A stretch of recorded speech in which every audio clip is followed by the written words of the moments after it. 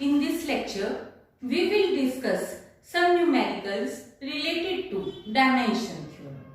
As we know that dimension of W1 plus W2 is equal to dimension of W1 plus dimension of W2 minus dimension of W1 intersection W2. तो अब उसी base पे हमारे पास एक ये numerical है जिसमें हमारे को W1 और W2 दो सबस्पेसेस दिए हुए हैं R4 के, जो कि जनरेट करते हैं बाय, देखो W1 के अंदर हमें 3 एलिमेंट्स दे दिए, W2 के अंदर हमें 3 एलिमेंट ये वाले दे दिए, उसके अंदर ये दो सेट्स दिए हुए हैं W1 और W2 रिस्पेक्टिवली। तो हमारे को बेसिस और डायमेंशन बताने हैं किस किस के, W1 का भी, W2 का भी और W1 इंटरसेक्शन W2 का भी। अब देखो सबसे पहले मेरे को करना क्या है, क्योंकि मेरे पास यहाँ पे W1 एक सबस्पेस दिया हुआ है जिसके अंदर के ये 3 एलिमेंट दिए हुए हैं और ये सबस्पेस किसका है, R4 का। तो यानी कि एलिमेंट्स में यहाँ पे 1 2 3 4, ठीक है, एक वेक्टर के अंदर 4 एलिमेंट है और आगे जो वेक्टर्स दे रखे हैं वो 3, 1 2 3, ये 3 वेक्टर्स दे रखे हैं। और मुझे पता है कि बेसिस के लिए जो एलिमेंट्स हैं वो लीनियरली इंडिपेंडेंट होने चाहिए और उसके लिए मैं एक्लन फॉर्म बना लेती हूँ। तो जो ये 3 वेक्टर्स W1 के अंदर मुझे 3 वेक्टर्स दे रखे थे, उनकी मैंने एक मैट्रिक्स लिखी, मैट्रिक्स ये थी और उसको मैंने एक्लन फॉर्म में कन्वर्ट कर लिया। और एक्लन फॉर्म कैसे बनानी है ये तुम्हें आता है, ठीक है। तो ये लास्ट रो 0 हो गई, तो तुम्हारे को पता लग गया कि नॉन जीरो रोज की कंट्रीब्यूशन डायमेंशन होती है। तो इसके अंदर ये 2 रोज नॉन जीरो आई है, तो डायमेंशन ऑफ W1 हमारे पास क्या आ गई, 2।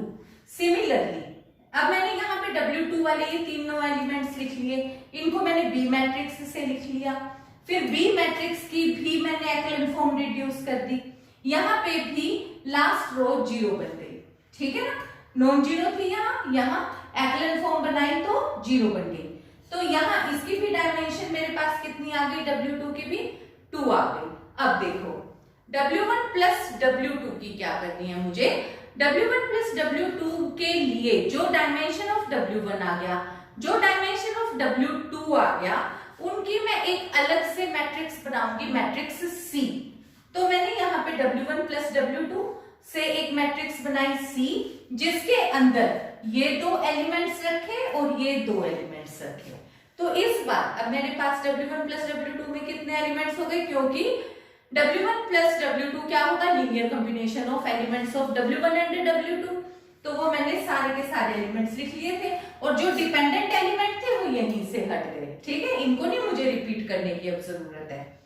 तो यहाँ पे जो ये वैल्यू थी, यहाँ मेरे पास ये 4 की आ गई। फिर मैंने 4 एलिमेंट्स की फिर एक्लन फॉर्म बनाई, एक्लन फॉर्म अपने को बनानी आती है। एक्लन फॉर्म से मेरे पास यहाँ ये वाली मैट्रिक्स बन गई, इसमें भी लास्ट रो फिर से 0 बन गई, यानी कि dimension of W1 plus W2 मेरे पास कितना आ गया, 3, क्योंकि इसके अंदर कितनी नॉन जीरो रोज आई है, 3 नॉन जीरो रोज आई है, तो इसकी डायमेंशन भी मेरे पास 3 आ गई।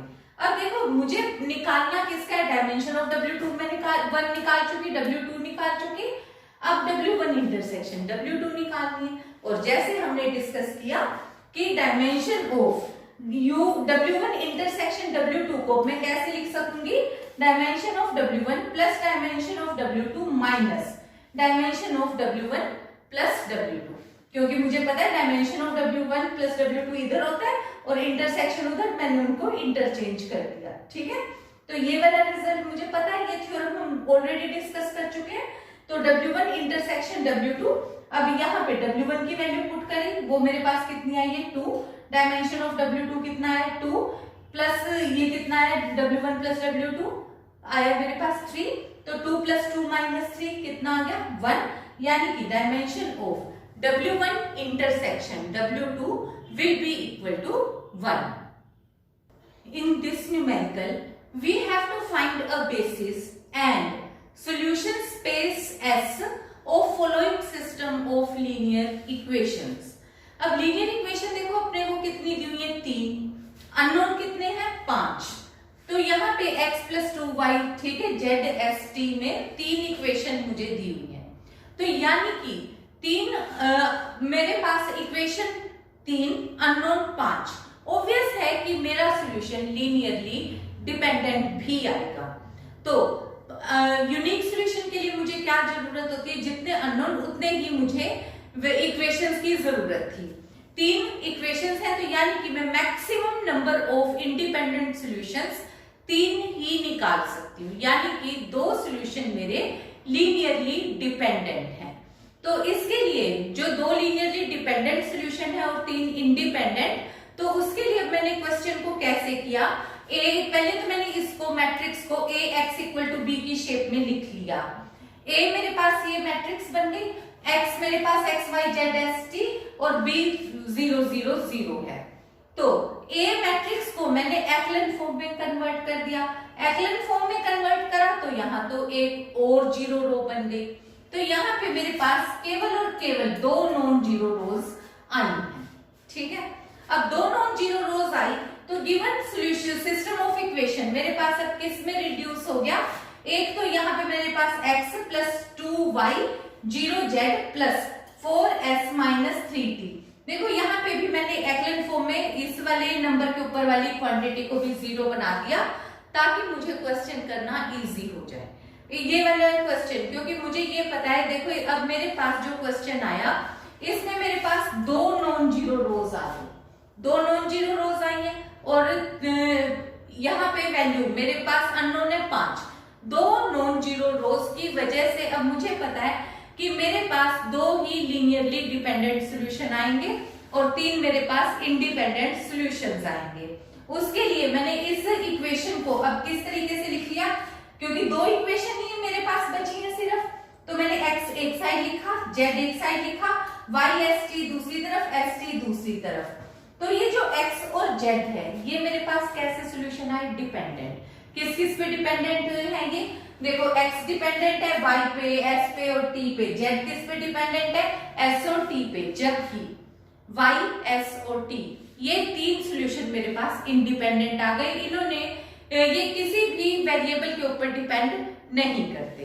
तो अब जो सॉल्यूशन स्पेस है वो मुझे किस तरीके से लिखना है, देखो अब ये सॉल्यूशन स्पेस लिखने का तरीका बस एक बार ध्यान से, मैंने क्या लिखा, x y z s t, 5 unknown लिख लिए। फिर सबसे पहले मैंने, क्योंकि मैंने डिपेंडेंट किस किस को निकाला है, मतलब x और z डिपेंडेंट है और इंडिपेंडेंट वेरिएबल वो कौन कौन से, y s और t। तो मैंने यहाँ लिखा y, यहाँ लिखा s और यहाँ लिखा t प्लस करके, यहाँ x y z s t 5 लिखे हैं। यहाँ पे जो इंडिपेंडेंट वेरिएबल मेरे कौन से हैं, y s और t, यहाँ मैंने लिखे y s और t इंडिपेंडेंट वेरिएबल्स लिख लिए। अब देखो जो ये मेरा इंडिपेंडेंट वेरिएबल में पहले नंबर पे y आ गया, देखो x में मैं चेक कर लेती हूँ कि क्या मेरे पास y की कोई वैल्यू है। x में y की वैल्यू मेरे पास -2 है, तो मैंने x की जगह पे y वाली वेरिएबल की जगह -2 लिख दिया। फिर y अपने आप में तो y 1 होता ही है, तो जहां y की पोजीशन आए वहां मैंने 1 यूज कर लिया। फिर z, अब देखो y वाले यहाँ पे z वाला कोई नंबर z में देख लो कि y है, z में y यहाँ पे नहीं है, इसलिए z में y वाली जगह पे 0, s वाली जगह 0 और t वाली जगह 0 प्लस। फिर अब s पे आ जाओ। अब देखो s वाली पोजीशन में यहाँ पे x वाली पोजीशन देखो, x में s के साथ कितना वेरिएबल लगा हुआ है, -4 कांस्टेंट जो है, ये यहाँ मैंने -4 कर दिया। s में यहाँ पे मेरे पास y की वैल्यू देख लो कि s में y की वैल्यू है ही नहीं। और फिर मेरे पास यहाँ पे z में s की वैल्यू चेक करें तो z में s की वैल्यू कितनी है, यहाँ -1। z में यहाँ पे मैंने s की जगह पे रखा -1, s में s की वैल्यू तो होएगी ही 1, t भी है नहीं तो इस वजह से 0। अब फिर से t पे आ जाओ, x में देखो कि क्या t की वैल्यू एग्जिस्ट करती है, देखो करती है 3, तो मैंने यहाँ लिख लिया 3। अब यहाँ पे y में y क्योंकि लिखा नहीं है तो y में t की वैल्यू कितनी आएगी, 0। z, अब z में t की वैल्यू कितनी है, यहाँ पे 1, तो यहाँ पे z में t की वैल्यू मैंने कितनी लिख दी, 1। इसी तरीके से अब s में है ही नहीं तो इसलिए s क्या होगा, 0। अब t में t वैल्यू तो अपने आप में होगी ही वेरिएबल, तो वो वैल्यू आ गई 1। तो जो ये मेरे पास सॉल्यूशन स्पेस है ये तीन मेरे पास सॉल्यूशन स्पेस हो गए और यही सॉल्यूशन सेट S की डायमेंशन है। That is dimension of solution space S is equal to 3। In this numerical, we have given that W1 and W2 be two subspaces of R4, where W1 is equal to ABCD, क्योंकि उसके अंदर 4 element होंगे, क्योंकि 4 का subspace है, और उसमें एक कंडीशन लगी हुई है कि B minus 2C plus D is equal to 0। ऐसे ही W2 दिया हुआ है, उसके ऊपर दो कंडीशंस लगी हुई है, A is equal to D and B is equal to 2C। तो मुझे basis and dimension find out करने हैं W1 के, W2 के एंड W1 इंटरसेक्शन W2 के। तो सबसे पहले मैं फर्स्ट क्वेश्चन करती हूँ जिसमें मुझे डायमेंशन ऑफ W1 बतानी है। उसके लिए अब मैंने क्या किया कि पहले तो मुझे W1 जो दिया हुआ है ABCD ये लिखा मैंने, B क्या दिया हुआ है, B minus 2C plus D is equal to 0। तो W1 जो है सॉल्यूशन स्पेस ऑफ इक्वेशन किसका हो जाएगा, क्योंकि ये कंडीशन इंपोज की हुई है, तो B is equal to 2C minus D। तो अब मैंने क्या किया, मैंने इसका बेसिस फाइंड आउट करने के लिए W1 का इसको लिख लिया ABCD, B की जगह पे 2C माइनस D लिख लिया, A 2C minus D CD। अब देखो इस इक्वेशन में मेरे पास अननोन कितने हैं, 4, और यहां पे देखो B जो है वो C और D पे डिपेंडेंट है, यानी कि B मेरा डिपेंडेंट सॉल्यूशन है। और इंडिपेंडेंट में देखो अब कौन कौन से नंबर निकल के आ रहे हैं, A C और D। ये A C D मेरे इंडिपेंडेंट सॉल्यूशंस हैं। तो मैंने यहाँ पे एक A लिखा, एक जगह C लिखा, एक जगह D लिख लिया। अब A की जगह पे तो 1 आएगा ही, C में C की जगह पे 1 आएगा, D में D की जगह पे 1 आना ही आना है, ठीक है। जो भी यहाँ पे हम लेंगे ACD, तो उधर पोजीशन वाइज हम चेक कर लेंगे। तो A में A की जगह पे 1, C में C की जगह पे 1, D में D की जगह पे 1, ये आ गया। अब जो कॉमन है वो है यहाँ पे 2C माइनस D। अब B की जगह पे देखो C जहां पे है, B वाली जगह पे A नहीं है, तो यहाँ हमने 0 लिख लिया।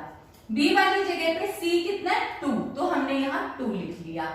B की जगह पे D कितना है, -1, तो B की जगह पे यहाँ हमने -1 लिख लिया।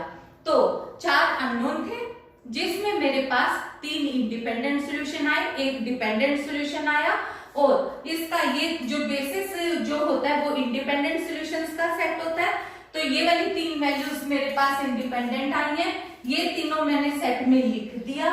ये मेरे पास W1 का सॉल्यूशन स्पेस है, जिसकी डायमेंशन मेरे पास 3 आई है। अब बिल्कुल सेम तरीके से मैं W2 का निकाल लेती हूँ। अब W2 का स्पेस निकालने के लिए मैंने ABCD, अब यहाँ मुझे 2 कंडीशन दी हुई है, A इक्वल टू D दिया हुआ है, B is equal to 2C दिया हुआ है। थोड़ा बहुत तो मुझे आइडिया हो ही रहा है कि 2 इंडिपेंडेंट सॉल्यूशन 2 डिपेंडेंट, तो इसकी डायमेंशन 2 होनी चाहिए। फिर भी चेक तो करना ही पड़ेगा। तो यहाँ पे अपने पास W2 सॉल्यूशन स्पेस है, तो मैंने यहाँ ABCD लिखा, फिर जैसे बिल्कुल ऊपर क्वेश्चन किया बिल्कुल उसी तरीके से अब बेसिस बनाने के लिए B की जगह पे मैंने क्या लिख लिया, 2C, और यहाँ पे D की जगह पे, मतलब यहाँ पे जो ये मेरे पास है ABCD, A is equal to D कर दिया, क्योंकि A की जगह D कर दिया, B की जगह पे 2C और यहाँ C और D रहने दिया। तो ये मैंने यूज कर लिया। अब देखो यहाँ पे जो मेरे पास अननोन है 4 थे ABCD, यहाँ पे कितने रह गए, C और D, यानी कि 2 मुझे इंडिपेंडेंट सॉल्यूशन है, 2 मेरे पास डिपेंडेंट सॉल्यूशन है। A किस पे डिपेंड करता है, D पे, B किस पे डिपेंड करता है, C पे। तो यहाँ पे फिर मैंने अब यहाँ C और D बाहर निकाले, फिर मैंने यहाँ लिखा C और D, फिर मैंने यहाँ पे देखो अब C वाली पोजीशन पे यहाँ 1 आएगा ही आएगा, इधर D वाली पोजीशन पे 1 आएगा ही आएगा। अब C वाली में यहाँ पे अब चेक कर लो कि यहाँ पे A वाली पोजीशन में क्या कहीं पे C लाई करता है, नहीं, तो B वाली पोजीशन पे यहाँ पे C लाई करता है 2, तो मैंने यहाँ B वाली पोजीशन पे C वाली जगह पे 2 कर दिया। C वाली जगह पे तो C आना ही था D, ठीक है। ऐसे ही D वाली पोजीशन लिखी, तो D में A की जगह पे D एग्जिस्ट करता है, तो यहाँ पे भी 1 आ गया। B में D नहीं एग्जिस्ट करता, C में D नहीं एग्जिस्ट करता, D की जगह तो 1 आना ही आना था। तो ये मेरे पास दो इंडिपेंडेंट सॉल्यूशन सेट हो गए इस W2 के। तो यहाँ पे ये W2 की डायमेंशन यहाँ पे मेरे पास अब कितनी आ गई, ये वाले दोनों ही मैंने सॉल्यूशन स्पेस लिख दिए इसके, और यहाँ पे ये वाला मेरे पास डायमेंशन ऑफ W2 मेरे पास आ जाती है 2। Again we have to find out the dimension of W1 intersection W2। तो देखो, अगर हमारे को डायमेंशन इंटरसेक्शन की निकालनी है तो उसके ऊपर W1 की कंडीशंस भी एप्लीकेबल होंगी और W2 की भी, दोनों की कंडीशंस लगेंगी। तो इसलिए मैंने W1 इंटरसेक्शन W2 निकालना स्टार्ट किया। तो ABCD उसके अंदर भी 4 एलिमेंट होंगे क्योंकि 4 का स्पेस है। तो यहाँ पे पहले W1 की कंडीशंस लग गई, W2 की कंडीशंस लग गई, ठीक है, इंटरसेक्शन करा। फिर इंटरसेक्शन में एलिमेंट जो आया वो कंडीशंस इकट्ठी कर दी। देखो A equal to D, B is equal to 2C, और ये W1 और W2 की कंडीशंस इकट्ठी हो गई। अब देखो, ये वाली दोनों कंडीशंस हमने इसमें सब्स्टिट्यूट कर दी, यानी कि मैंने B की जगह पे भी 2C पुट कर दिया। 2C पुट किया तो ये 0 हो गया, D इक्वल टू 0। तो यहाँ पे D 0 आया तो ये A इक्वल टू D है, तो A equal to D equal to 0 बन गया, यानी कि मेरे पास अब A equal to D equal to 0 बन गया और B is equal to 2C बन गया। अब जब मैं इसका बेसिस, क्योंकि मुझे तो इसका बेसिस फाइंड आउट करना है, तो जब मैं लिखने लगी तो मैं किस तरीके से लिखूंगी, ABCD 4 एलिमेंट्स लिखूंगी। फिर A की वैल्यू, B की वैल्यू, A क्या है 0, B क्या है यहाँ से 2C, B की जगह मैंने 2C लिखा। फिर यहाँ C की जगह तो C आएगा ही, और फिर D लिखा तो D की जगह पे क्या आ गया, फिर से 0। यानी कि अब यहाँ पे मेरे पास जब मैंने चेक किया तो केवल और केवल C ही बाहर आ रहा है, तो क्योंकि और कुछ है ही नहीं, तो यहाँ मेरे पास क्या हो गया 0 2 1 0 और बाहर C, यानी कि अननोन मेरे पास 4 थे, लेकिन जो इंडिपेंडेंट वेरिएबल आया है वो कौन सा आया, केवल और केवल C आया है। यानी कि जो A, B और D 3 जो वेरिएबल हैं वो डिपेंडेंट हैं, और वो डिपेंडेंट ऑब्वियसली C पे ही होंगे। तो यहाँ इंडिपेंडेंट केवल और केवल एक ही वेरिएबल आया है, तो इसलिए जो W1 इंटरसेक्शन W2 है उसके बेसिस में सिर्फ और सिर्फ एक एलिमेंट होगा, और वो एलिमेंट होगा 0 2 1 0। So dimension of W1 intersection W2 will be equal to 1. So that is all for this lecture. Thank you.